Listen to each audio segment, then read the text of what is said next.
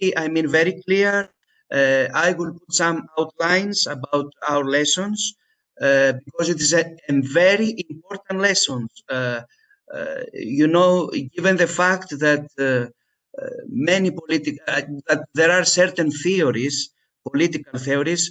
Good morning buongiorno to all of you. Sorry, Metropolitan Maximus. Good morning to Carlos, to Francesco, to Jesus. Macori is not George on the screen. To Massimiliano. And sorry about my language. I don't know very well Italian, and I should learn Italian. But now the first lesson is to know each other. It's the aim of the lesson is to know each other, and if Marco allows us to introduce myself, I'm Metropolitan Maximus of Seleucia, one of the 80 hierarchs of the Ecumenical Patriarchate. You have heard of the Ecumenical Patriarchate. Is the second patriarchate after Rome, and the Church of Rome. It's the Church of Constantinople, and we hope that in a united, church, Rome will be the first and Constantinople is the second, as it was, in the united Christianity of the first ages. Do you understand me? Do you want to speak? Very slowly. What do you want? Do you understand everything? I'm speaking very clear and in clear terms in order to understand, because the theology is difficult, and the language is difficult to express theology. And I studied in Belgrade. Hello. I studied in Belgrade. I studied in Athens, and I submitted my PhD degree to the University of London at Heathrow College. It was a Jesuit college. Now, because of the economical reasons, it now does not function anymore. It's closed now. Unfortunately, at my college, it was a very well renowned college. It doesn't matter. And I'm dealing with ecclesiological issues. It's my particular academic interesting. It's in ecclesiology and on ecclesiological matters. That's all. Okay. And I'm also Orthodox secretary in the dialogue between the Roman Catholic and the Orthodox Church. It's a very important for me. It's a blessing because we are trying now to bring together the two traditions regarding ecclesiology, dogmas of the Church, and all these things. And it is a blessing for me and an experience, a very good experience. I am in the dialogue since Ravenna document. You might know that there is a document produced by this dialogue, Ravenna document on the primacy of the Church of Rome, and this is. Only it is an experience of life. It is a deep experience to participate in such an important dialogue, which is, in my humble view, is one of the most important dialogue for our church, for the Orthodox Church. That's all. Okay. If you like to introduce, Mark, the students, I don't know the students. To know in person, personally. I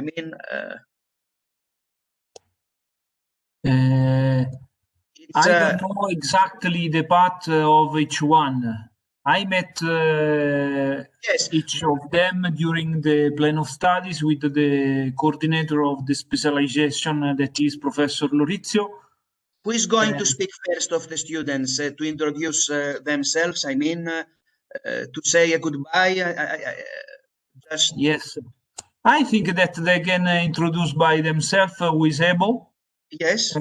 Maybe I can translate for the Italian one. The ladies first, Romilda, maybe. Romilda, can you open your microphone? Yes. Good morning. Good morning, Romilda. I'm sorry I have to leave this meeting Yes. at 10:30. Excuse me. I told before to Padre Marco. Yes. I'm very sorry. Romilda, can you tell us what are you doing in life? In museum, yes. I live in Pistoia. I was born in Naples, but I live in Pistoia and I teach here. I see. Yes. Very nice. She's a teacher, but at the same time, she follows a lot of lessons. Really? Not only in confessional theology. Bravo, Romilda. Bravissimo. Thank you very much. Bravissimo. And we will have, an interesting discussion because the teachers are very important part of our, societies, because they form the people. And not only the people, but the children who will be, the future leaders, the future, who will shape our future of the planet. And it is a very important, job. My And to teach religion, it's very sensitive, issue to teach religion in such a pluralistic society. You see, the society is pluralistic, you see, and you have to be very careful as Christians and to bring the message of Christ to the other. To the Muslims, to the other. Because I suppose that if you are a teacher, you might have in your classroom some people that are not Christians. It is very important. To. I'm sure it is very important. My students are teenagers.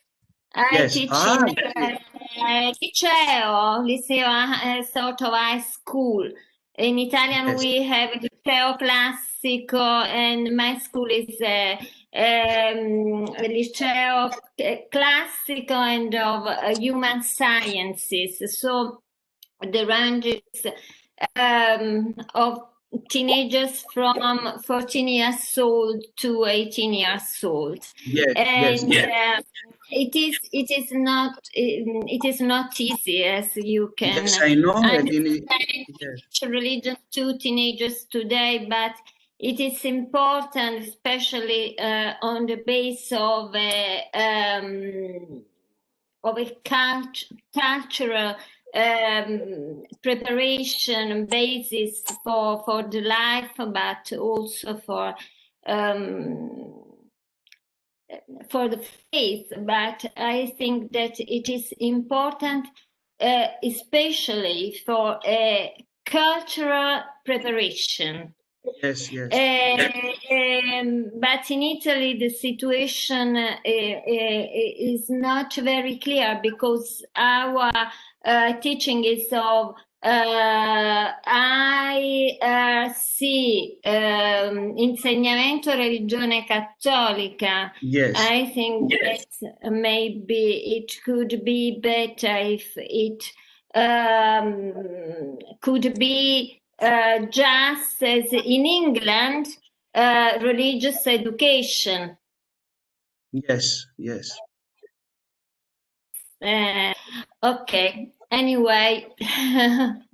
Thank you. Okay. I have to the next round. I have to leave you and to see you next week. Okay. Thank you. Nice to meet you. Very nice, Romilda. Too. Bye. Yes. Bye, Romilda. Bye. Francesco, could you tell us something about your life? Yeah, sure. Good morning. Nice to meet you, Mr. Maximus. Good morning, Francesco. Good morning. You are from Italian or from Italy, or you're Italian? Or yeah.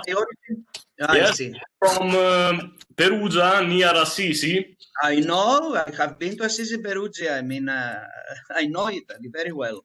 Yeah. I have visited, I mean, Vatican. I have met Francesco through 3-4 times as a deacon also, with the patriarch. And he gave me a cross and told me, "Oh no, do not forget the deacon Maximus." And he gave me a cross. He came back in Jerusalem in 2014. Yes, we celebrate the meeting with Patriarch Athenagoras and Pope Paul VI, and we commemorated, I mean, 50 years of this meeting. And Francesco, I met Francesco, I mean, there 3 or 4 times. He gave me his bag and told me, can you give my bag to my secretary? Because I can't find my secretary. I can't be your secretary, I told the Pope. Wow. Very good. And I like to improve my theological skills, in this perspective. Yes. I like to improve a dialogue into a symphony, because I think that it's important to have a common base to speak. No, not only dialogue, two minds, not two voices, but also. Just to interrupt you, just a moment. Dialogue means common positions. Dialogue is not just two parts. You see, when we speak about the dialogue, you mean that the dialogue presupposes common positions. Yeah. It's not dialogue, sure. You see, of people that they don't listen to each other. You see, people of not listening to each other. This is my experience from the dialogue with the Roman Catholic Church. I mean, it's not a dialogue just to go there to say, I believe this, you believe this, and that's all. I mean, it doesn't make any sense. Yes, but it is important what you say, that put in harmony. This is the main aim of the dialogue. Sorry to interrupt. Yeah. Go on. And I like music. I graduated last week in a theological institute in Assisi, and now I'm very proud to afford this course with Padre Marco, with Mr. Lorizio, and all the teachers, and my friends of school. Okay. Bravo, congratulations. Thank you. Congratulations. And now I would like to say some words from Massimiliano. I think he needs translation, but I'm very happy to translate, and we'll try also to write something for Massimiliano in Italian, and he's religious. He's religious. Is from a little congregation. Can you tell us, Massimiliano? Tu sei della, come si chiama di audio, Massimiliano? L'audio del computer. Ok, allora, buongiorno. Sì, io faccio parte di un'associazione pubblica di fedeli che si chiamano i ricostruttori nella preghiera, e che hanno una prerogativa che è quella della preghiera del cuore o dell'esicasmo. Quindi una pratica che noi facciamo e che insegniamo, e che risulta essere un elemento di accoglienza di coloro che sono lontani alla Chiesa, e che attraverso questa pratica di preghiera molti si avvicinano ai sacramenti, ecco. Ok, e io sono sacerdote e ho una piccola parrocchia a Terni. I see. Okay. You're in a small parish, and okay. Yes. Okay. Please, Marco, I mean, can you translate? I understand something, but I think that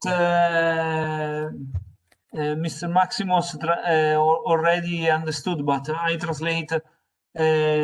He's a priest, and yes. He's in an association of prayer. It is called, this association of faithfuls is called Rebuilders. I don't know Lordo, if exactly. Lordo belongs to Lordo. It's Rebuilders in the prayer, and they have della preghiera.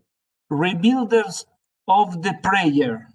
Ah, Rebuilders of the prayer. Rebuilders, yes. Oh, very nice. Massimiliano, nella preghiera? Nella preghiera. Rebuilders in the prayer. In the prayer. This is the correct translation. Yes, nella prayer. Okay. Yes, and they have this like charisma vocation to propagate, to diffuse this prayer towards the people. Giusto, Massimiliano? Sì. Di diffondere il carisma della preghiera verso gli altri. Praticarlo e diffondere. Praticarlo. Sì. Both teaching the others, but also living for themselves. This may be the first way to teach the other. The prayer, I mean, individual prayer or the church prayer? I mean, both of them, I suppose. Noi facciamo preghiera individuale, silenziosa, ma anche e soprattutto in ambito comunitario. Cioè, è una preghiera silenziosa che però facciamo insieme. Silenziosa preghiera, ok. Yes. Ok. Yes. Preghiera dell'esicasmo sostanzialmente. Yes. What we say, it's the monastic prayer and the church prayer. Yes. Very nice. Okay. And he also is a parish priest. Yes, in a small community, as far as I understand, is a parish priest in a small community, I think. Yes. C'hai una piccola parrocchietta, giusto, Massimiliano? Mi pare di aver capito. Yes, piccola set, yes. I understand. I can understand that the Italian of our Metropolitan Maximus is good because he understood it's not good, but I try. That Massimiliano said. This is very good. So I think that if there are any questions, we can formulate in Italian and in English, both the languages. I'll try to do my best to fill the gaps. That's no problem. Yes. That's no problem. Yes. And the other one is? So, Massimiliano, feel free to go. Okay. We'll let you know the main concept. We'll try to concentrate, ci concentreremo e tradurremo. Buone altre studi, Massimiliano. Arrivederci. And then after who is remaining, Carlos. Carlos, can you open your microphone? Ciao, Carlos. Carlos, if I correctly remember, is from Colombia? Ecuador. Ecuador. I see. I'm sorry, because Italian people think all the word is simple, but it's not in this way. And he lives in Rome, but he lives in Rome, here in Rome. They are Carlos and Rodrigue and Georgia are in a college that is run by the Lateran University. Can you say something about yourself, Carlos? Or otherwise I can translate if you want from Italian to English. Se vuoi, posso anche tradurre tra italiano e inglese, come vuoi. Inglese no, no capito. Non ho capito. He doesn't speak so much English, ok? But allora, sei un prete? Io soy un prete, Sei un prete della diocesi? della diocesi di Loja, Ecuador. Di Loja, ok. Ok, e quindi farai questo studio per 2 anni qui in Italia? In principio sì. Sí. A ver qué pasa en el transcurso del camino. Ok. E altre cose che ci vuoi dire? Altre cose che ti piacciono? Perché prima ho visto che qualcuno condivideva anche musica. A mí me piace molto la comunicazione, ma studio qui licenza per obbedienza dell'Epescovo. Ho capito. Ho capito. He's studying here as the will of the bishop. I see. But he has also some interest in communication. I see. Ma hai studiato qualcosa prima di diventare prete, Carlos? No, il mio studio seminario. Seminario, ok. Dopo il seminario, l'ordinazione, 2 anni vice parroco e 2 anni parroco. E adesso qui, cerca di 5 anni di sacerdote. Ok, he's priest for 5 years? 5 years, if I understood. 5 years. 5 anni. Yes. Two as vice parish priest and 2 others with experience of a parish priest. Nice. So he has some pastoral experience already. Ok, Carlos, va bene. Va bene. Important to have pastoral experience. Very important. Yes, yes. He can understand from the practice the things that we say in theory. Yes, yes, okay. Yes. Very important. Rodrigo, vuole dire qualcosa? Allora. Buongiorno, professore. Buongiorno a te. Buongiorno. Professor, I'm a simple bishop. No. Sì. I don't speak very well English. I can understand you. I can try to speak English. Yes, yes, but you can speak slowly. I can understand you. Don't worry about this. Okay. My name is Rodrigo Jesus. I see. See, I come from Benin, West Africa, Benin, Republic of Benin. I see. Yes, yes. See, I am priest since 6 anni. 6 years. Yes. 6 years. 6 years. I was in parish for 3 years, and teacher of seminar 3 years. And now sono a Roma. And now he's a Roma. Now I am a Roma. Sì. Tu sei stato tipo il direttore dei seminaristi? Scusi? Tu sei stato teacher, what do you mean with teacher? Cosa intendi per insegnante? Sì, I was a teacher. Ho studiato, ho insegnato latino, francese e francese sicuramente, musica. Ok. He was teacher in the correct meaning of the word teacher, Latin, music, and French. Oh, okay.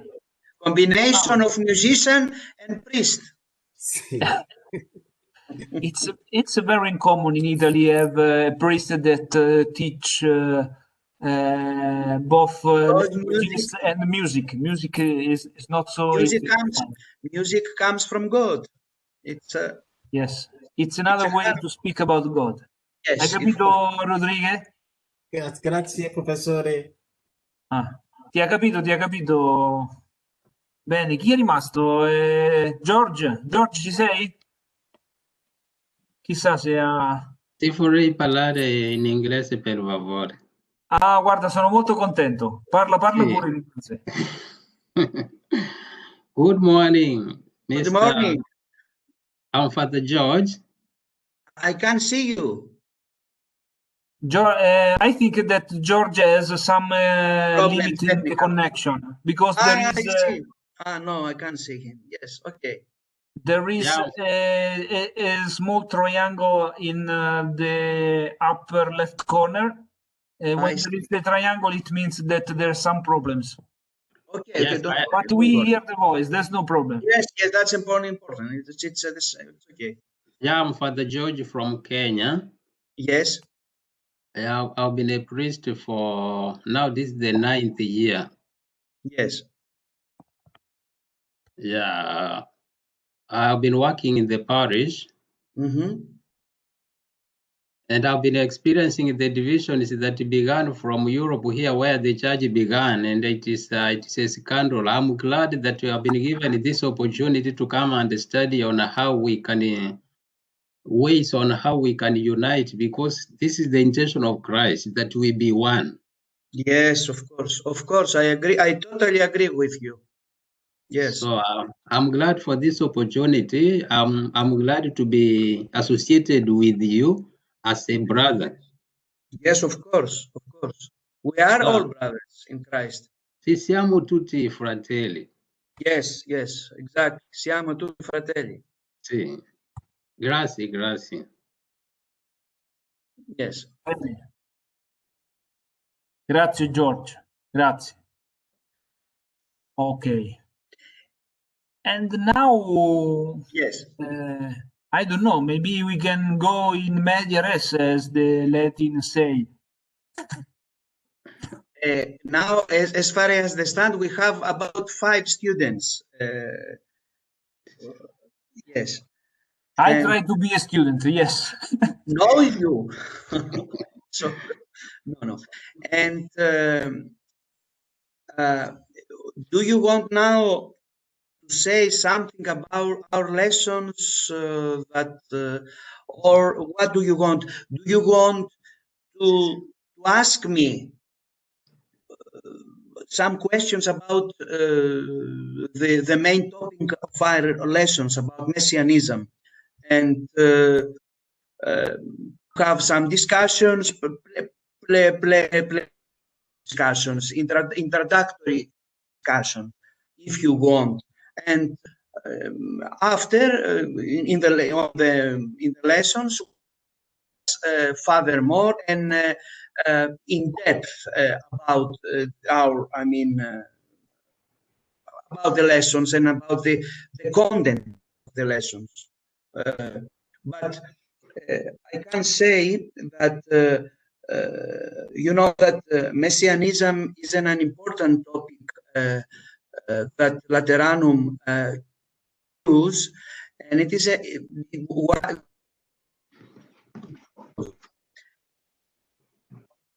is part and parcel. I mean, it is a necessary element of our Christian faith. It was, I mean, influential, and you can see the power of this messianic influence in the Marxism. You see, Marxism took from Judaism, as far as I know. If I am not right, please correct. Took from Judaism the messianic view, but the problem is that you know how ended Marxism and how didn't, I mean, fulfill the expectations of the people, and Messianism is, as I told you, I mean, an important, element. I would say it is the core of our Orthodox, because I'm a Greek Orthodox, of our Orthodox spirituality. we live with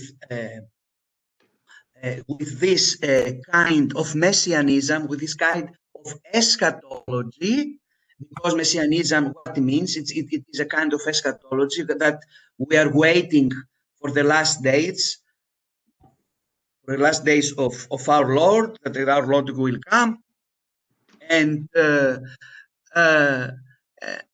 as I told you, is very important topic, and we are so eschatological. I mean, as the Orthodox, we are so eschatological that many think of the Orthodox Church that this church is something exotic, something, like Hinduism, something exotic, something that it's not something exotic. You see what I mean by exotic. And but I think that sometimes we are too eschatological as the Orthodox, I mean, faithful, and that we forget this world, and the West comes and says to us that please take into consideration this world, not the future, but the present also. You see, and but I want now at this preliminary introductory, I mean, lesson and lecture, some reactions from you.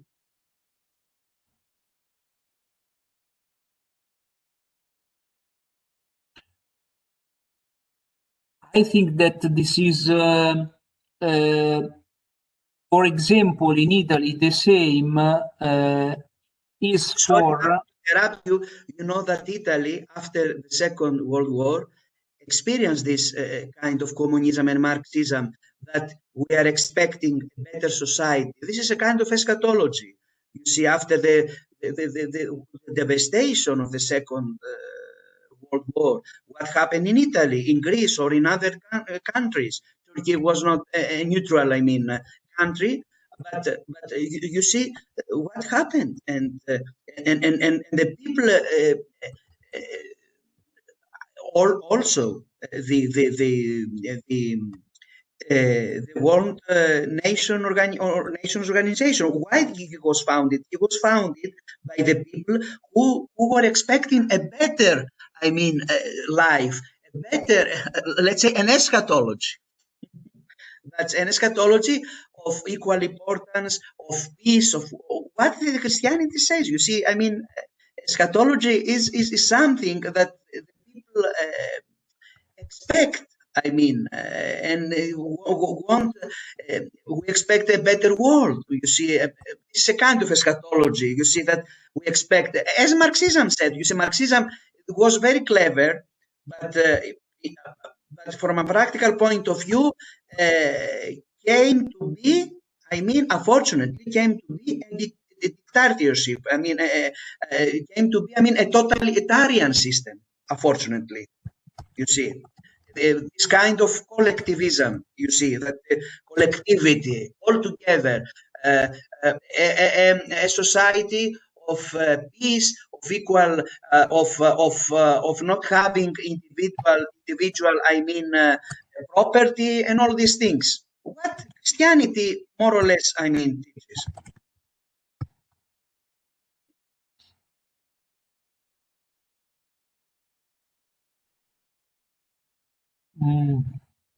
Yes, it has you see, the Messianism also has political implications. What I'm trying to say now, that have political implications. You see, I mean, this kind of Messianism, I mean, from Judaism, from the Hebrews, you see, that we're accepting a Messiah, you see, and instead of Messiah, communism said, no, we don't need Messiah. We need, I mean, an equal society. We need, you see, and they change the whole conception of our, I mean, Messianism. But our Messianism, our eschatological let's say, messianism is very different from the Marxism. It's very different from individualism that many politicians, I mean, and many in the world say we need a better world. They are dreaming of a better world, but on which terms this world will be, and what are the characteristics of this better world that we are expecting? Because eschatology, in my view, has to do with the present world, not only with the kingdom of God to come, you see. Sorry, it was, I mean, a brief introduction about messianism. I don't want, I mean, to speak from a purely systematic theological point of view, systematic, I mean, theological point of view, to say what the Bible says about the Messiah, what we will say about this. Yes, of course, we need, I mean, the Bible, I mean, to understand messianism and the Bible as a whole. And the experience of the church. Yes, of course. But you see, this has, I mean, a lot of application in eschatology. And if we want to be consistent with the missionary vision of the church, we have to bring, to relate this eschatology with the modern world, you see.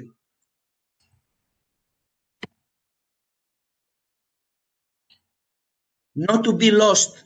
Sorry for this expression. In the kingdom of law, we have the kingdom. We don't care for the other, as we Orthodox tend to think.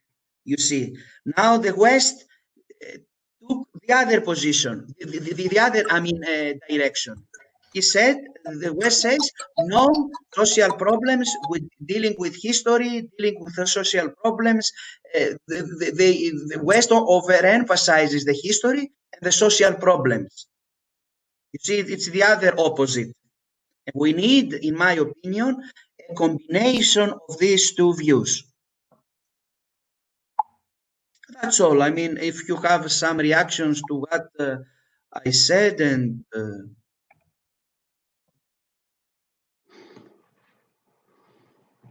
I heard everything. I agree with a lot of position you said, Maximus, yes. Because I think the West Europe is very concentrated in the things of the earth. Yes, of course. And but they are something like slaves, and they do not recognize sometimes that we need to, how the Bible say, to keep our eyes on the heavens. Yes, yes. And sometimes, yes, I think that in the West Europe, the feeling about Orthodox liturgy, Orthodox thinking, is that they live in this world as in a certain way they think too much, as you said before. Mm-hmm. But it's very important the relation for the political systems. They do not seem, but in the end, they finish to desire an eschatology in a certain way is a terrestrial eschatology. Is another way. Maybe it's a human way. But at the end, we need so much to have something more from over this life that if we cannot recognize the revelation, we try to find ourselves, maybe. I think this is the main concept you were trying to express. Yes, exactly, Marco. Because you see, when I studied in London, I will give you an example, a simple example, in order to put it in a simple word. and in a simple way, sorry. And a priest, a Catholic priest, a Roman Catholic priest, approached me and asked me and told me, you know, dear Maximus, you have a treasure in your church. What kind of treasure? I said, your liturgy. Why? Because your liturgy is very powerful. But why it's powerful, sir?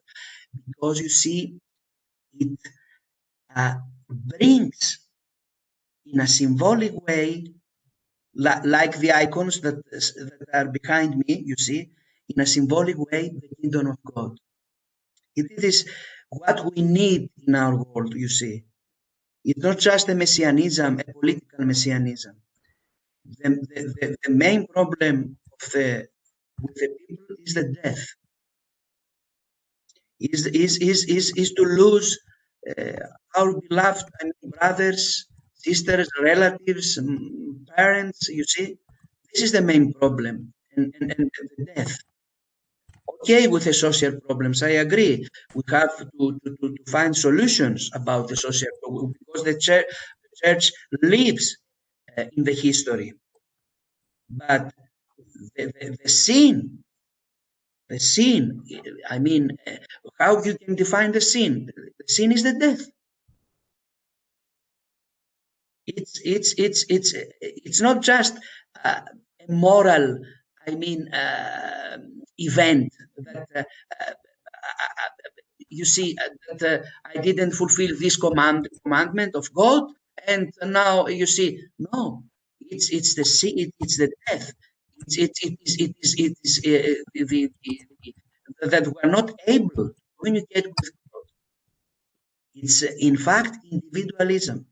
This is the main, I mean, and what eschatology tries to do eschatology is a remedy, a therapy, let's say, a remedy and an answer to the enigmatic question of death. You know that Sartre and other philosophers spoke about nothingness, about nihilo. We are, you see, without, they spoke about the human existence without any hope. They stopped at the death. The death is the final point. We finish, and that's all. And what our liturgy, Orthodox particularly, I mean, does is that, for example, particularly our liturgy on the resurrection, on the Pascha, you see, on the Easter, you see, on the Easter, sorry, you see that in the liturgy all the people are full of light. It's the light of kingdom. It's a light that comes in a symbolic way. We participate, yes, but in a symbolic way. But we participate. This is the most important. And it is very important that eschatology is also stressed by Vatican II also. Because you know that eschatology is not something that we are thinking about. We lost audio. Sorry? We lost audio for 5 seconds. Now it's okay? Yes. Yes. And this eschatology, I repeat again, this eschatology is something, has a certain form. And this certain form is the structure of the church. It's not just an eschatology. And now I will, in the next, I mean, lessons, I will analyze how eschatology is linked to ecclesiology. And it is very important that Western ecclesiology, by Vatican II, introduced this notion of eschatology to I mean, the Catholic Church, to her dogmatic theology.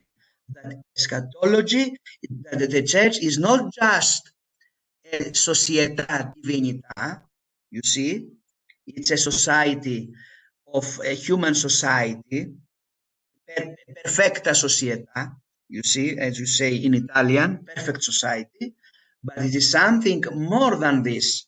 It's not, the church cannot be identified with a notion of any social organism. You see, the church, the identity of the church is something, I mean, very different from all human organizations. And one of these, and the main characteristic and the DNA of the church, let me say, the DNA of the church is eschatology. What now?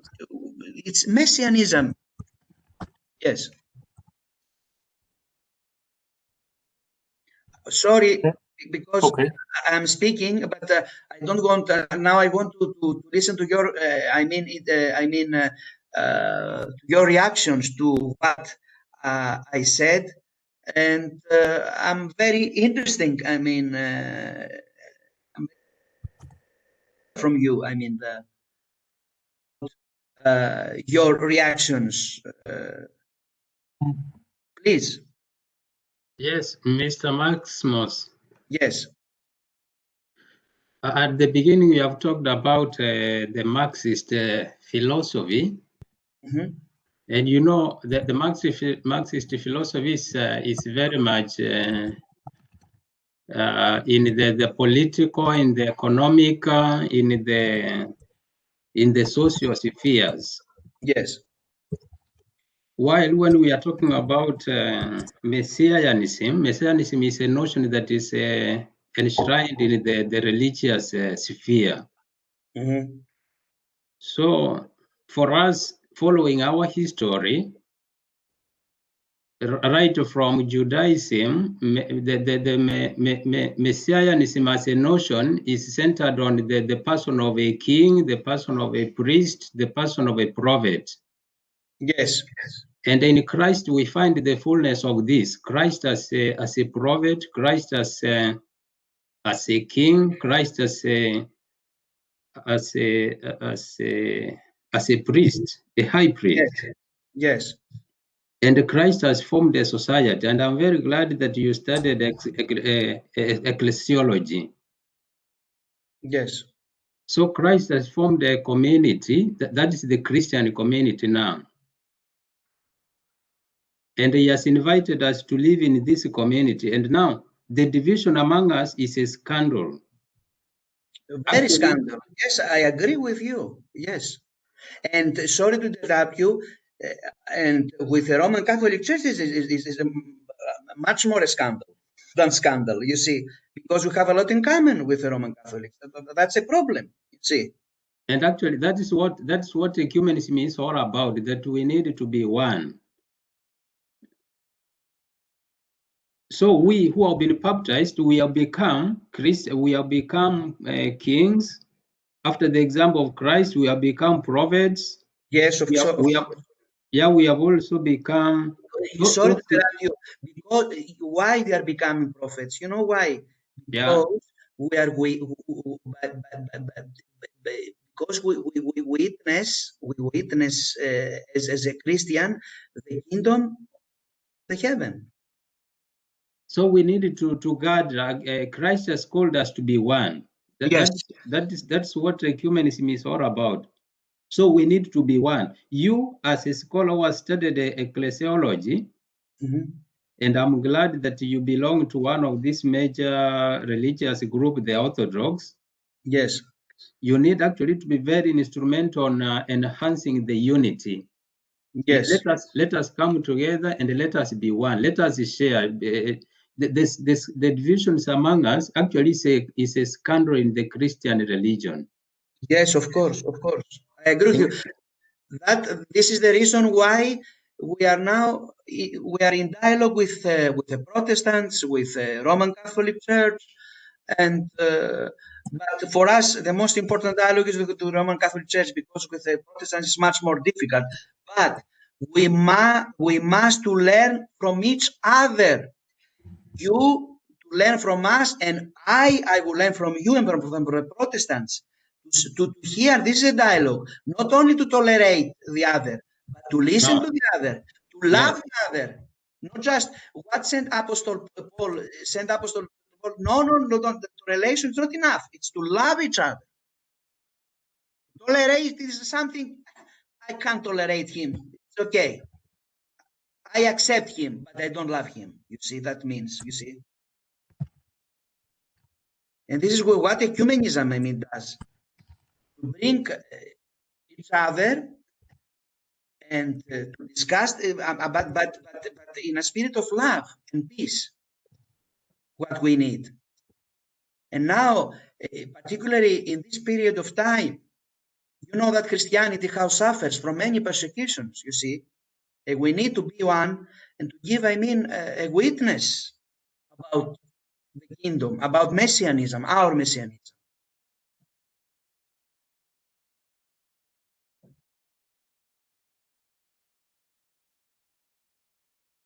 Somebody to some other reactions from the students, from Francesco, from Carlos, from Rodriguez.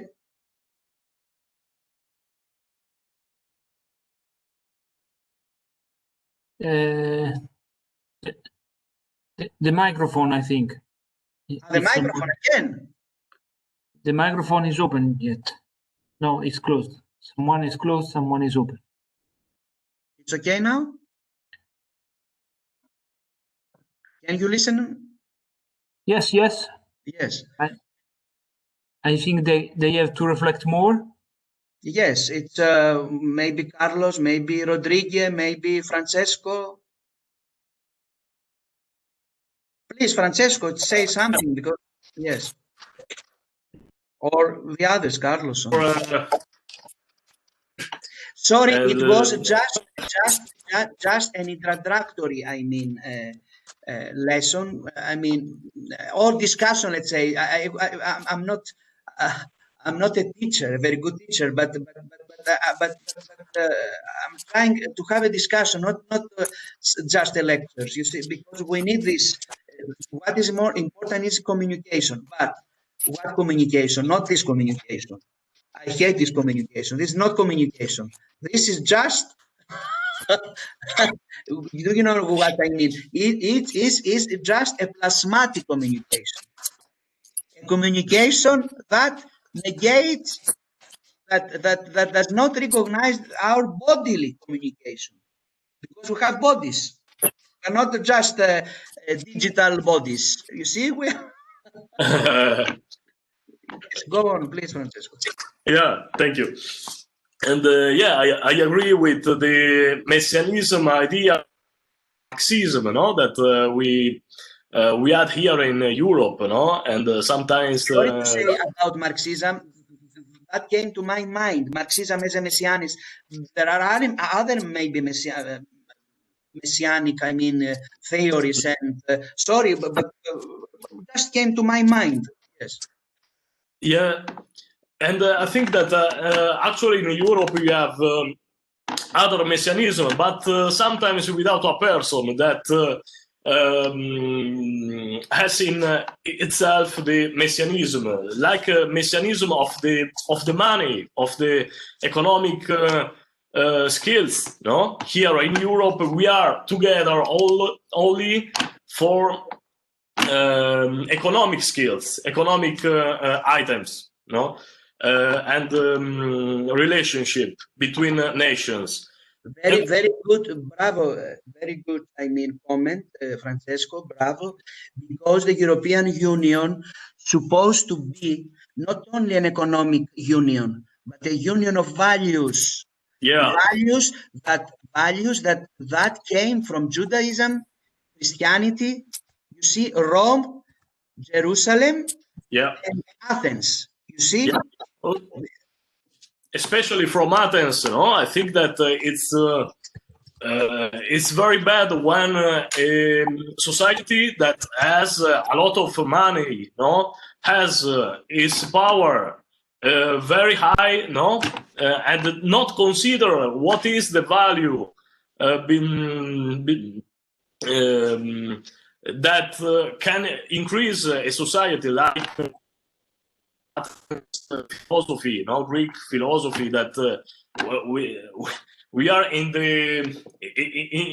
the main nations, that had increased all the culture in all the world, especially in the Occidental point of view. And actually, we don't consider religious, not by never, because religion is not contemplated here.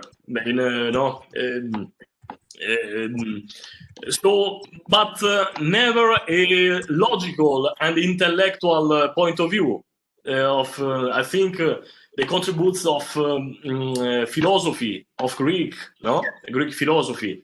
Now the important is only the power connected with money, and but we need a soul. We need a soul, and I think that Europe United Union should search his soul, because it's getting old and old. We have no more children, we have no more life. And I think that, in my opinion, from the Orient could come a Holy Spirit breath. Yes. We need the symbolical to retake a symbolical point of view that Orientals have, and we are like Occidentals. We are in an intellectual way, but intellectual is not the whole of. We need the heart also. The heart, you see. Yeah, sure. Yeah, we need the heart and the soul, and the symbolical point of view. Yes. I think that Benedictine monks here in Europe has had this point of view, symbolical. There is a growth also in the religious work. There is a growth. It's not only intellectual way. This is the. You mentioned, Francesco, sorry to interrupt you again. You mentioned the monks, you see. The monks remind, the monks in the East and the West reminds us of this messianism, of this eschatology. That you see, that the way of living, I mean, of the monks, reminds us how they mean this kind of eschatology, this messianism, you see? Okay. Yeah, and I think that like Benedictine monks here in Europe, had a very connection between earth and heaven, Yes. And the sky. It's very beautiful, because also the direction of the churches, of the abbeys, were directed to east, to the east, where yes. The sun go up, when the sun go up. And it's very good. Now, in our times, we are all concentrated in property, its own property and money, but it's very sad. Yes. Exactly. This is what Marxism did, you see. It said, I mean, the capitalism said, you can't have individual property, but this individual property, I mean, you see, I mean, but the other people were very poor, you see, and there was not equality. And Marxism said what? I mean, Judaism said that we'll be all equal in the kingdom where Messiah will come, you see. But our Messiah is not only a Messiah, it's a Messiah, I mean, crucified Messiah. It's yes, full of glory, yes, but it is also, I mean, he's also a crucified Messiah. We should take it into consideration, you see. And this Messiah, I mean, suffered in the past, suffered, I mean, for the whole world, for the sin of the whole world, not just of me individually, but for the sin of the whole world, you see. And he suffered from the poor people, from any kind of people, regardless of their ethnicity, their culture, you see. Sta dicendo, he's saying that he is not hearing conversation. Can you listen to me? Francesco, could you hear us? Ci puoi sentire? Poco? No. There is a problem. Okay, Francesco, can you close the video and leave only the audio? Maybe it's good for your connection. Yeah, it's very good. Thank you. Ci puoi sentire adesso? Francesco, apri il microfono. Sì, è meglio. Okay, very good. I can hear you, yes. No, you close the microphone, Francesco. But I think... Okay. He restarts from the Francesco, ci sei?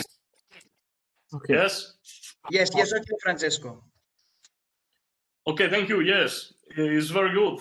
The perspective of a Messiah, no, our Christ that lived, but also with considering the suffering, point of view. Because now I think that we in Europe we forget, we don't want to consider the death. No, that is not possible. No, because yes, but exists a death. We cannot overcome the problem of the death. Yes.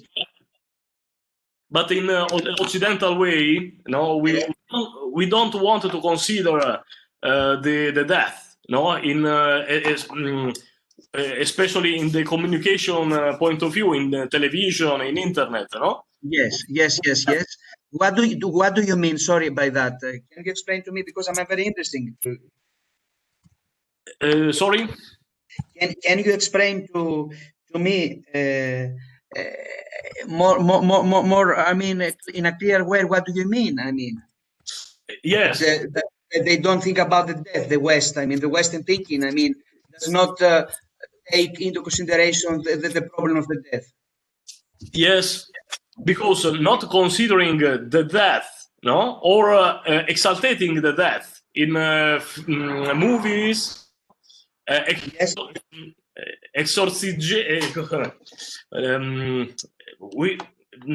We don't consider the suffering point of view, and I think that we are returning to a philosophy where suffering and death is not considered, and so on. Also, the Christian point of view, we need only the success. I see. Mm-hmm. We forget death, and we have good life. Death is something that we can. I mean, it's something, I mean, that happens. That's all. And what we have to be concentrated on the life, on the death. Death exists, yes, but it's not a problem for us. It's what you say, I mean. Yeah, thank you. Yes.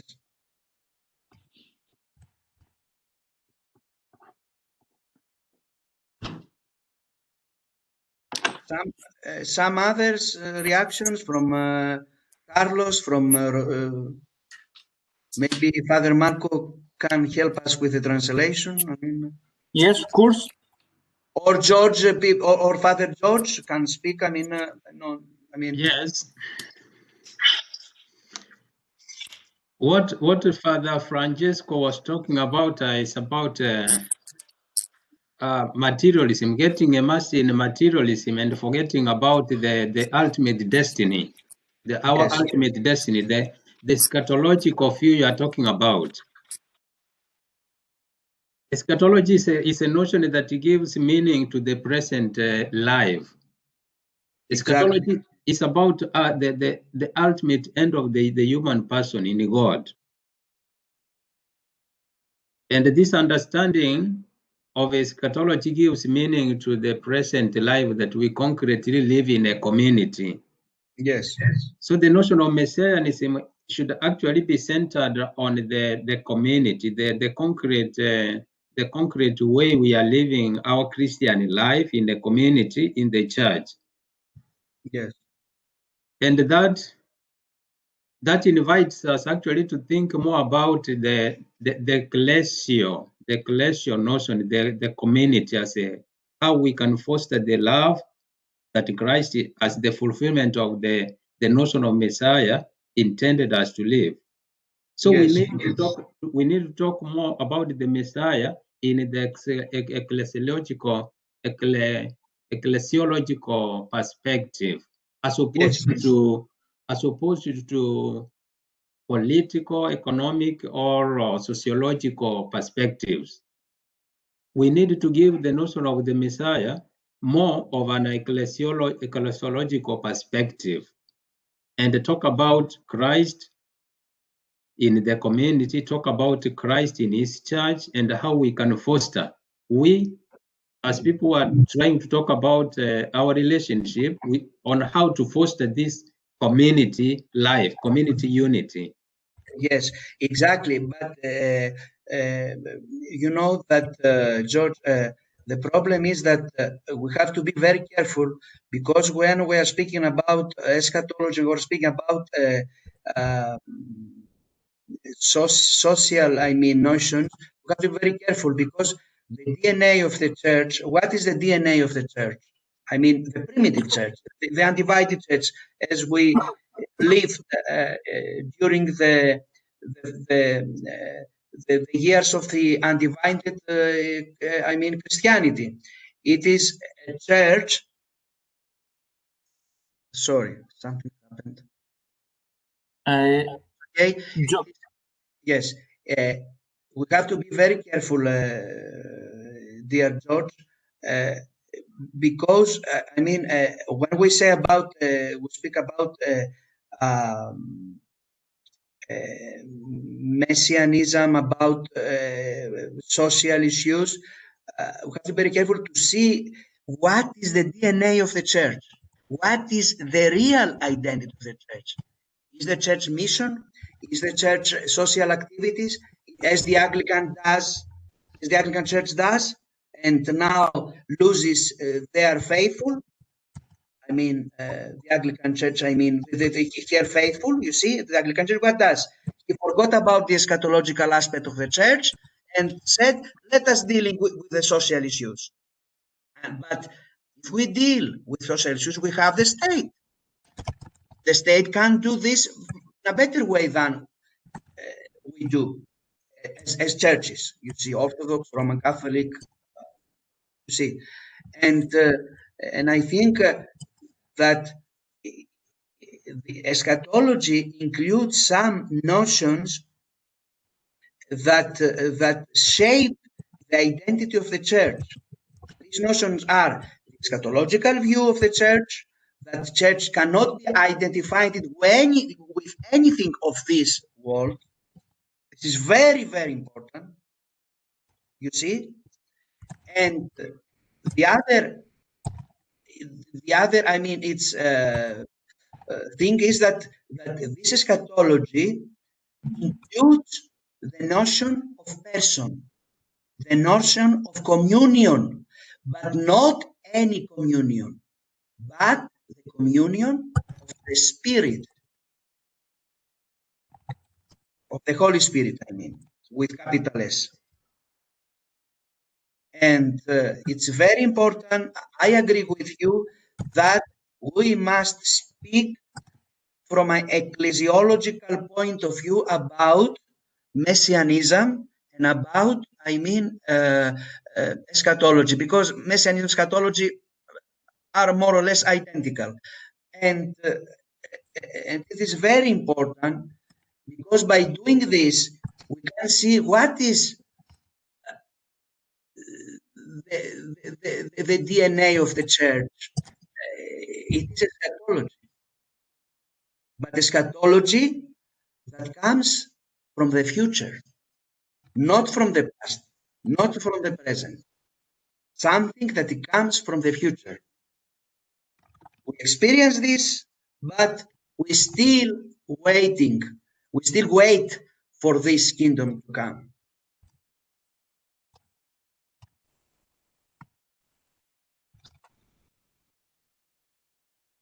I don't know. I mean, if I am clear, or if you have any, questions. But it was a preliminary, an introductory, lesson. In order to point out the main outlines of our, lectures. You see.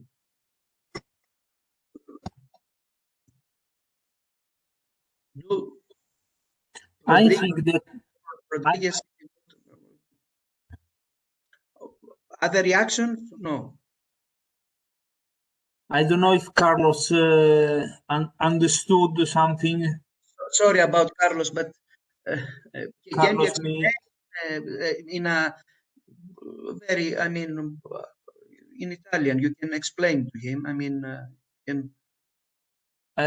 I'm writing something. I think during at the end of the lesson, I can post something to Carlos, to Massimiliano, just to synchronize what we are doing now. Yes, okay. Yes, I think that the concept is clear. There's something different in the church, because we and when I say we, I can say for both Christian, Catholic Christian and Orthodox Christians, we live something here, but we live toward the future, or maybe the future itself. We are grateful, just to interrupt you, Marco, we are grateful to Vatican II.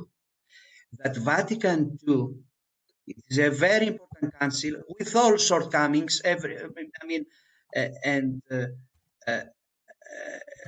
from a Orthodox point of view, I'm speaking now. Sorry, but it says about the liturgy and eschatology in Sacrosanctum Concilium. You know the document, and you can see there this idea of eschatology from a liturgical point of view, from a ecclesiological liturgical point of view, and this is very important because until before Vatican II, the Roman Catholic formation taught that the church is a perfecta society. It is a society organized as the other societies, you see, but it's a perfect, you see, with the Pope at the top, with like a pyramid, you see? Yes. Yes, and Congar, one of the most, criticized this notion. Yes, this notion still exists in the documents of Vatican II, but what is important that this notion is now, present in the documents of Vatican II and in the dogmatic theology of the Roman Catholic Church. And it's very important. It is a bridge between East and West, this perspective.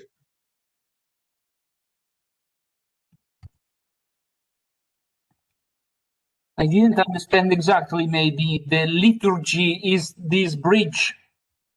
Liturgy, okay.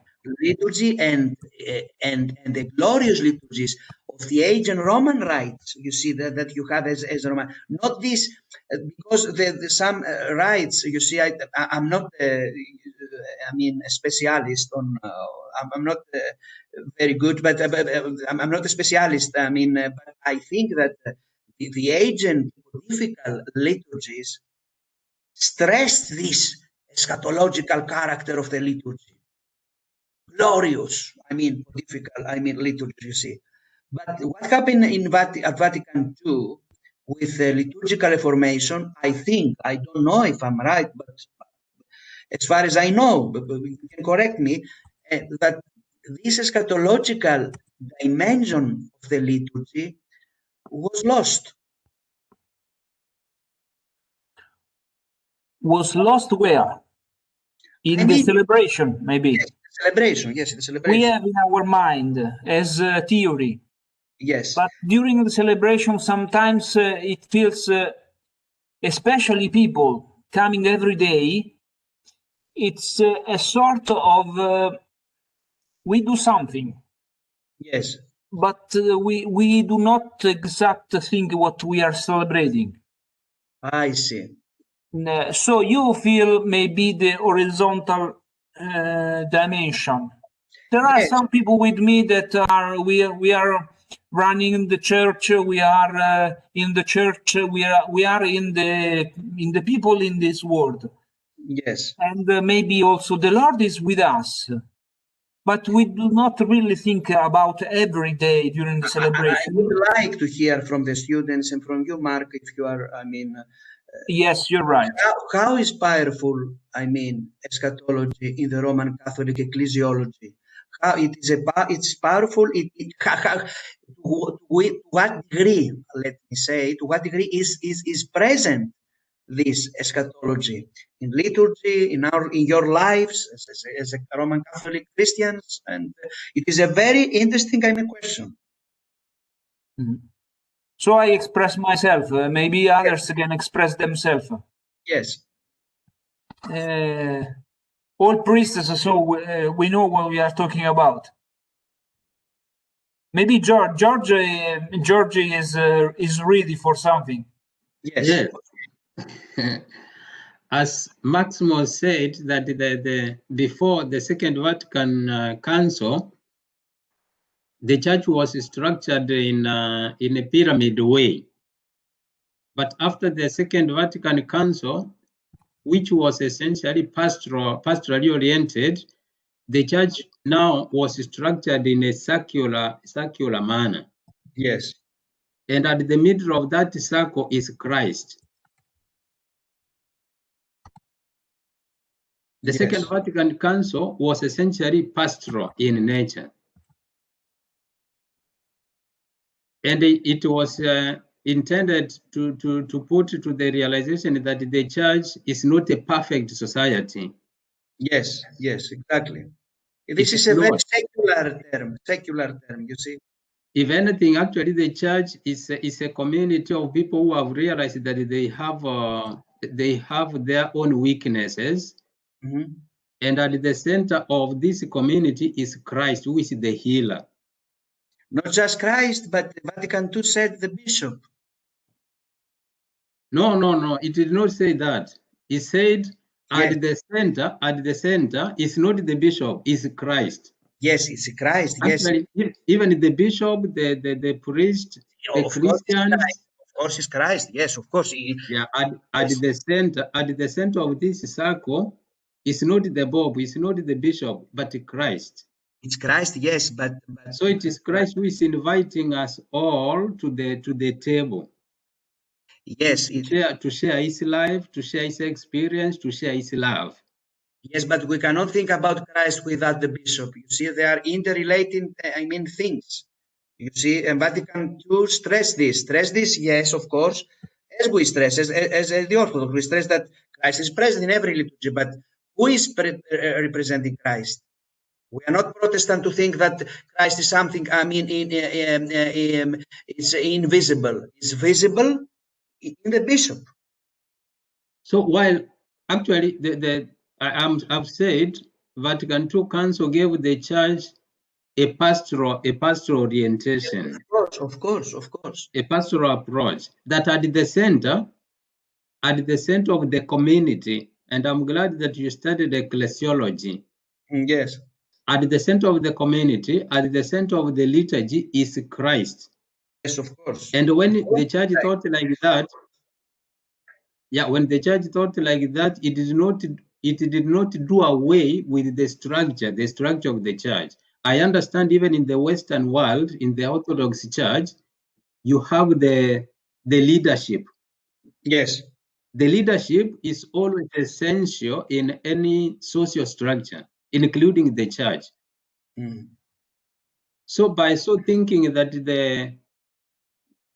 the church is secular, did not do away with the notion of leadership in the church. There is leadership in the church that ensures the unity, the doctrinal structure. Yes, George, I agree with you, but be careful that when we are speaking about the ecclesial institutions, you see, the ecclesial institutions are icons and are essential parts of this eschatological and community. We cannot say that it is something of a social, origin. The leadership. The leadership is understood with the frame of a Eucharist of ecclesiology of communion. We say we use this. It's a very popular term in our ecumenical dialogues. And the leadership, it is a picture, an icon, as we say, Orthodox, of the Christ, of the Messiah. We cannot say just simply yes, as Vatican I and as the Roman Catholic ecclesiological thinking before Vatican I thought that the church is a perfect society, but this is very secular notion. I think that this leadership is not something that it is something secular. It is divinely instituted because Christ wants to be, his icons. Christ is the means. Yes, I agree with you. But this could be a little bit Protestant because Christ, what did they say, the Protestants? We have the earthly church and we have the heavenly church. You see? And the earthly church is something social, something, in fact, does not exist. We like the earthly church, the heavenly church. You see? And the problem is that this leadership, bishop, priests, deacons, you see, especially the bishop, symbolizes something. It is, as we say in Latin, iure divino established. It's not something that we can describe it in social or sociological, terms. Yes, Christ is the middle in this messianic community. Yes, but in order to be realized, this community, and this is what the early church experienced. Can you imagine now in Jerusalem with the apostles? Somebody was, among them first. And who offered the gifts to the God Father? You see, and I think that this has to do with the origin of the institutions. What we mean by institutions? Institution is even the primacy. It's a divine institution. It is not just because we need it in order, to I don't know, to help to overcome the divisions or to unite the church. It's not only this; it's a divine institution. The primacy. It doesn't matter. Primacy of Constantinople, primacy of Rome. It doesn't matter. Any primacy. Because we need this primacy, and on the local level, for example, it is an icon of Christ, of the Messiah. And we have to put emphasis on this institutional form of the church. if we see from an eschatological point of view, and always the ancient church thought of the bishop, even the West, and there is I mean a book in French written by a French theologian. I can't remember now his name. It's in the 60s, I think, 50s, 60s, that he wrote a book saying that in the ancient sources, in the source of the ancient Christianity, the bishop represented the Christ. Christ, but as Messiah. You see, in the kingdom to come. And we analyze this. We analyze this in the, because now it's sorry, but we speak in a more systematic way in the other lessons, and because we have to be careful, because you see, the Protestants, they don't want any institutions. They don't want any institutional church. But institutional church is not something imposed on us. The institutional church cannot exist without this eschatological community, without the people of God. They are interrelated. There's nothing imposed on us.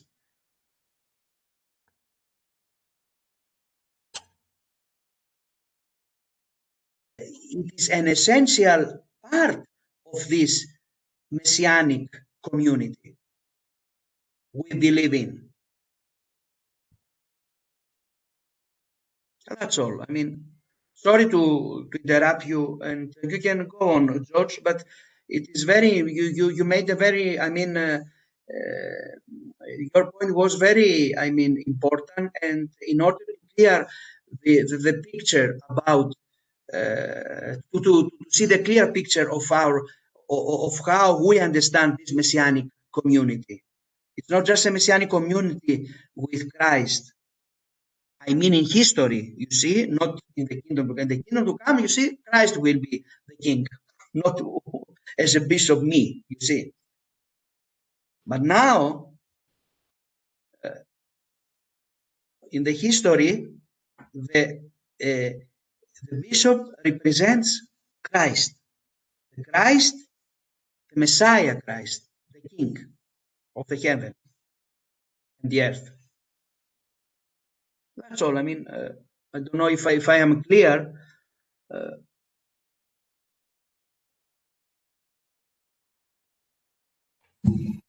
I think there's also another point, maybe another keyword for the course that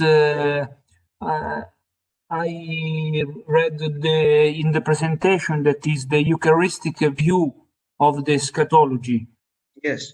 Could you tell something about what how to relate the eschatology, the messianism with the Eucharistic? Now, do you want to now? I don't know if I am anticipating too much, or maybe it's just a glimpse of what we are.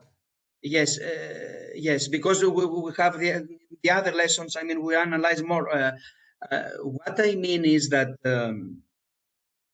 that the church, by celebrating the Eucharist, the church, in the ancient times now, felt that they experienced, the Christians, the church experienced the kingdom of heaven.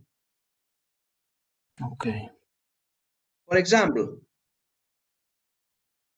do you remember the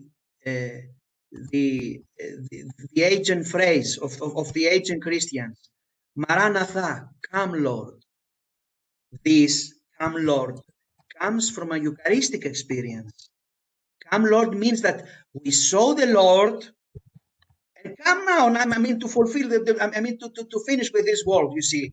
And from a eschatological perspective, said that, you see, that the Lord has come. You see, we experience this eschatological, I mean, let me say, experience, but you see, we have to come, I mean, completely and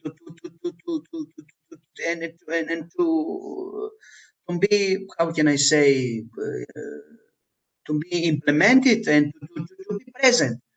But they experienced, and they have this eschatological, I mean, thinking. The early, I mean, Christianity had this view. It felt, for example, that this world has ended and a new world came. But during, I mean, in the course of the history, this view was lost. Unfortunately, I mean, was lost this eschatological dimension. And came monasticism and say no. Monasticism reminds us of this eschatological view.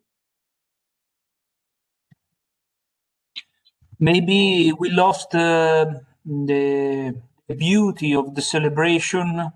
Also, maybe also the joy, the internal joy of the prayer, because we maybe have so many things to think of about in our life. It's a certain way to say that if we have too much of material things, we lost our connection with the invisible things. Yes. Of the heaven. Yes, but Marco, when you say indivisible things, be aware that this kingdom, yes, this kingdom will not be indivisible. This kingdom will be full.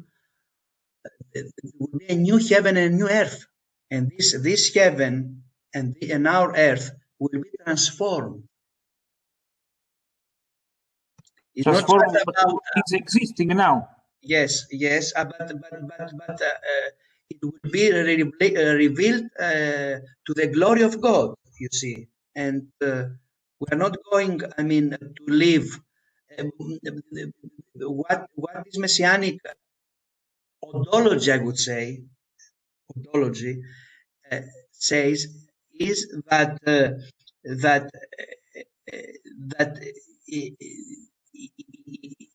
the kingdom, the whole creation, including the man, and the whole creation will be saved.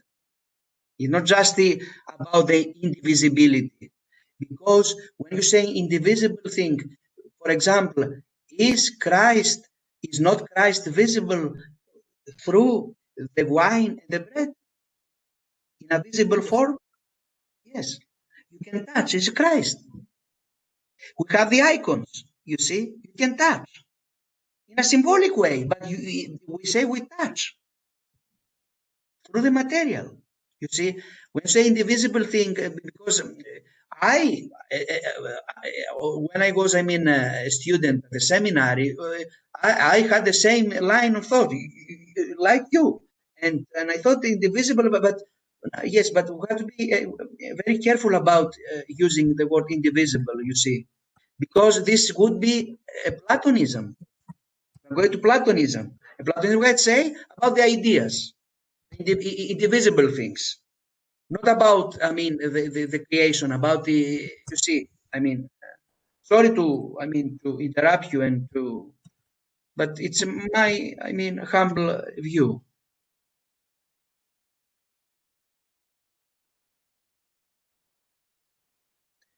And in the next, lessons, I will be more precise. We will start with Old Testament, with the New Testament, and little by little, I will analyze what I said now in a more general way. To be precise, not to leave gaps and to speak in the air. To speak, I mean, very general, because I mean, what I want to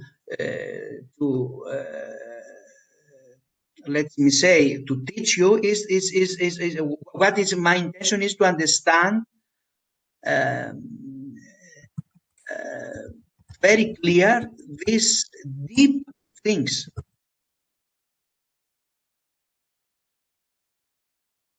Because I know that a professor wrote to me and about another lesson. I can't remember his name, and I saw that he analyzed, I mean, this messianism from a biblical point of view. We need this. Yes, of course, I will tell you, I mean, about this, but messianism is something which has to do with our existential problems. Is not just a matter of theology, biblical or ecclesiology. Otherwise, the church would be isolated from the world. If my theology, or if my church, if my liturgy means something to the world, then we can say that we are right Christians. But if my view, or my liturgy, or my spirituality, I mean Christian, does not say and does not respond to the existential need of the world,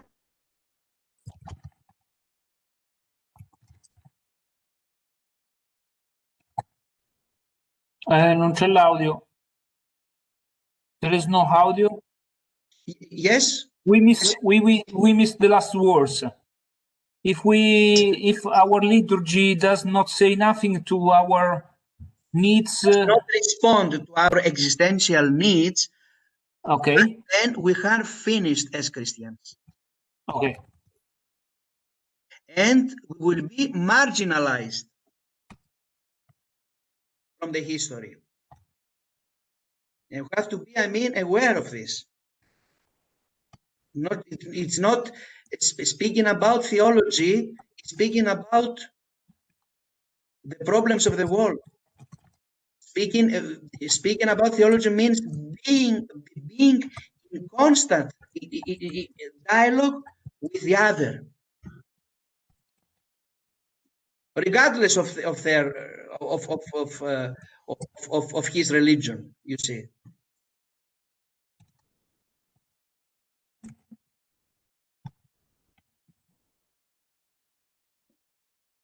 Okay. Yes. So, I think that we are near the end of the time. Yes, as you like, but I think I hope that that I met your expectations, and I think they're satisfied. I mean, or just tell me if you're not, I mean, satisfied. Tell me, and I don't like this. Just tell me. I mean, to be in dialogue and to discuss things. I mean.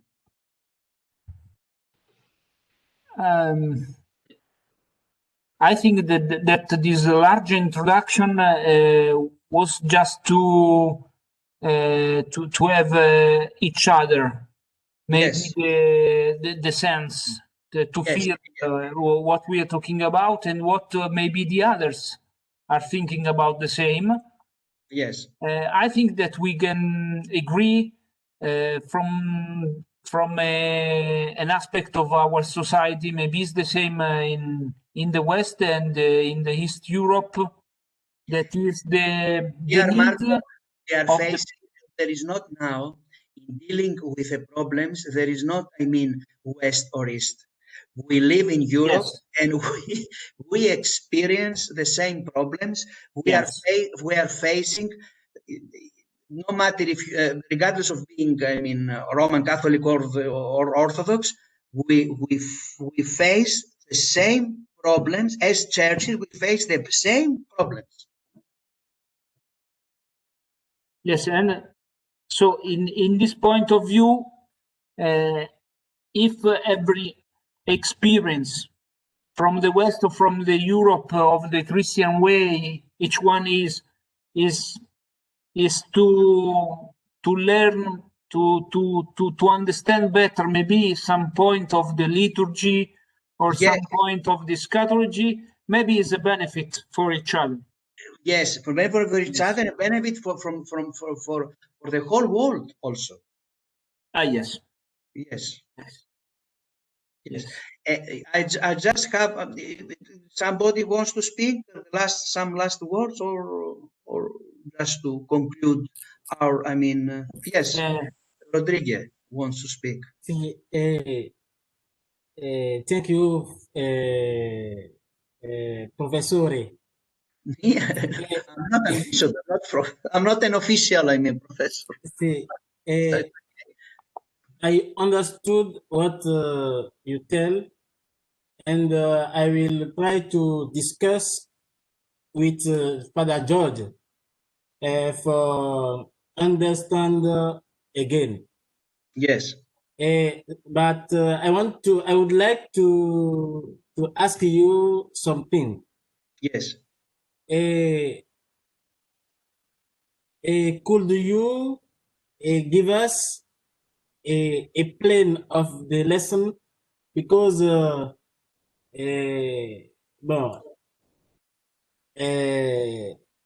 as we didn't understand very well English, with the plan we can seduire, we can. Yes, I can understand you. Yeah, please speak freely. I mean, and no hurry. Yes, please. Okay, so to be true, the Bishop Maximos already sent us the presentation. Yes. I put it on the platform, but maybe it's better to send in each mail, and I can. I made a translation just for the presentation of the 4 lessons. Yes. So at the end of this conference, I will send to the mail of each one. Yes. Okay. So we have the basic for the other 3 lessons. Yes. Yes. It's okay, Rodriguez? Sì. Okay. Grazie. I try to translate as I understood for the better. Thank you. The only thing is that next,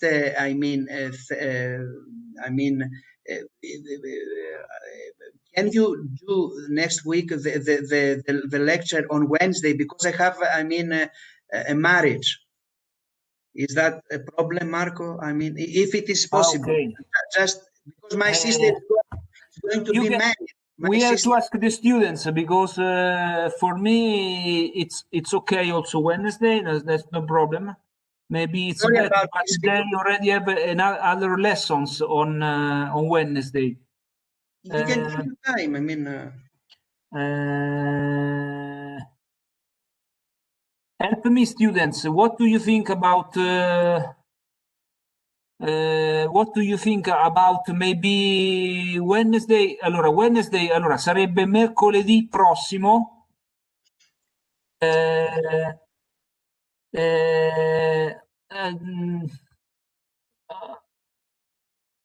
Si potrebbe fare dalle 8:30 fino alle 10, starting from 8:30 to 10 o'clock Italian time. Non so. It's okay, Rodriguez, it's okay. For you, George, it's okay? The microphone, George, it's closed. Yeah, on Wednesday. Yes, on Wednesday instead of Thursday, as we did today. Okay. if it's okay, I can write the mail. Francesco is okay. Carlos, are you okay? Okay. Yeah. I think that if we are okay, you are the directly interested, because I think you will be at the lesson. The other maybe will have the translation. So if everyone is okay, we can say to the bishop is okay. It will be 2 hours later, so it's a good time maybe. For you is 10:30. If I correctly calculated the time gap between Italy and you. Yes. We have 2 hours difference. 2 hour difference. So now in Italy is 11:08. Now it's 1:08 here. No. Here is 12 and 8 minutes. So 12? I'm confused. 12 o'clock here. At 12 o'clock?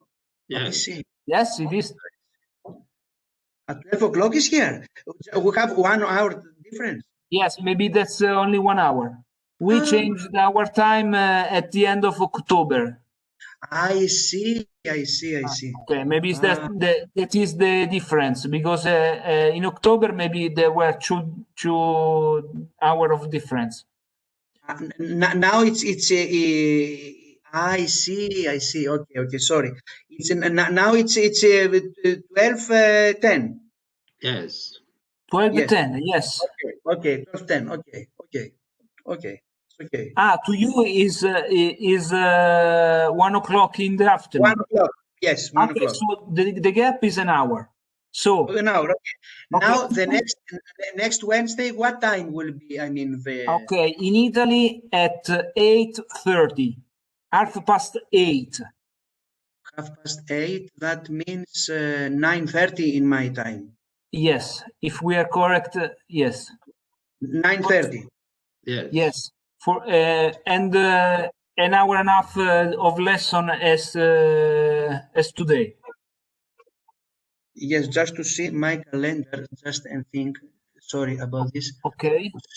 Yes, it's that's no problem. Wednesday. Yes, Wednesday. Just a moment.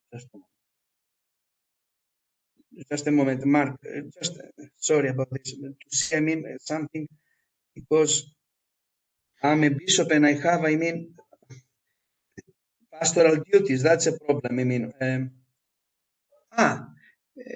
Wednesday is it's 11. Yes.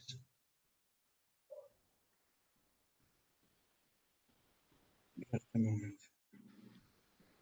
11, eh? Yes.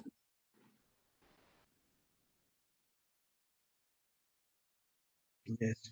I have a liturgy. That's a problem. Okay, I think that we have also. Sorry about this, because it's the problem is with the liturgy.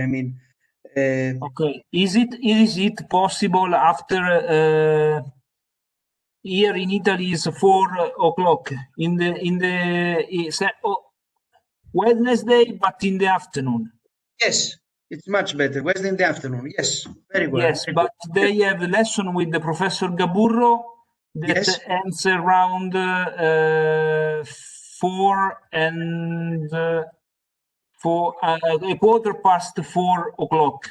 It should be in your time 5:15. 5:15. Okay, 5:15. Okay, next Wednesday. 5:15. Okay. Yes, for you. Yes, it is okay. Very convenient for me. Okay. Very convenient. Okay. Next round for the students. Is it okay? Italian time after the lesson of Professor Gaburro, we may say 20 past 4 o'clock in the afternoon. 4:20. 16:20 minuti. Yes. Yes, Rodrigo, yes. Ok. Francesco, okay. Carlos, hai capito? il pomeriggio alle 16:20, dopo la lezione del professor Caburro. Carlos, va bene? Oggi? No, il prossimo mercoledì alle 16:20, sempre con il vescovo Maximos. Alla 16?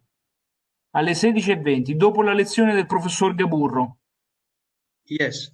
Perché il professor Gaburro fa dalle 14:45 fino alle 16:15 e poi 5 minuti ce li prendiamo di pausa e poi iniziamo dalle 16:20 in avanti. Quale professore? Quale professore? Professor Maximos. Stiamo Ok. decidendo perché lui ha l'agenda impegnata per giovedì. Ok, Va per bene. Giorgio va bene? Giorgio is ok? Capisco. Yes. Ok. Allora, thank you for your contribution, thank you for your collaboration, and thank you, and Mark, thank you very much for your help and for your coordination. You are our coordinator, and thank you very much. yes. And you are, I mean, an angel now. Marco, scusi? Sì. Prossimo giovedì, a questa ora del Massimo, che avrà? Che fare? Nulla. Lo anticipiamo al mercoledì. Oh, yeah. Lo Bene. facciamo prima il mercoledì, poi la mattina siete liberi. Dopo la lezione del pontificio just a moment, because my computer, the time is not, I mean, right. We have 2 hours difference. Va bene. Yes, Okay. that it doesn't matter. It's my, I mean, now in Turkey is 2:15. Now it's 12:15 in Italy. Yes. So the gap is 2 hours. 2 hours. It's 2 hours. Yes, because my computer it's not okay. I mean, it's the time is on my computer is wrong, and Okay. I think that will be. You said next Wednesday, 4:15 in your local time. Yes. So in yours should be 15. 6:15. Okay. Yes. 6:15. 15 past 6. 15 past 6. Yes, in the afternoon. In Italy, 15 past 4. Yes. Okay. Have a nice day. We pray for you. Professor. And see you next Wednesday. Sorry. Okay. Yes. That's the last question. No, Yes. no, I haven't questioned but I would like to greet Professor Marco. He makes a lot of us. Yes. Oh, Marco. Great Father Marco. Great. Thank you, Father Marco. Marco is an angel. Sí.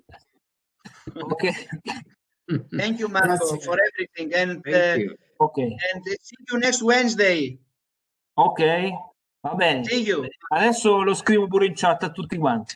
Va bene. Buon pranzo a See you. tutti. Grazie, Buon pranzo. grazie. Ciao a tutti ragazzi. Bye. Per oggi, per questa settimana mi pare che abbiamo finito. Va bene. Poi vi metto le video lezioni registrate sulla piattaforma. See you, Marco. Ok? See you. Nice.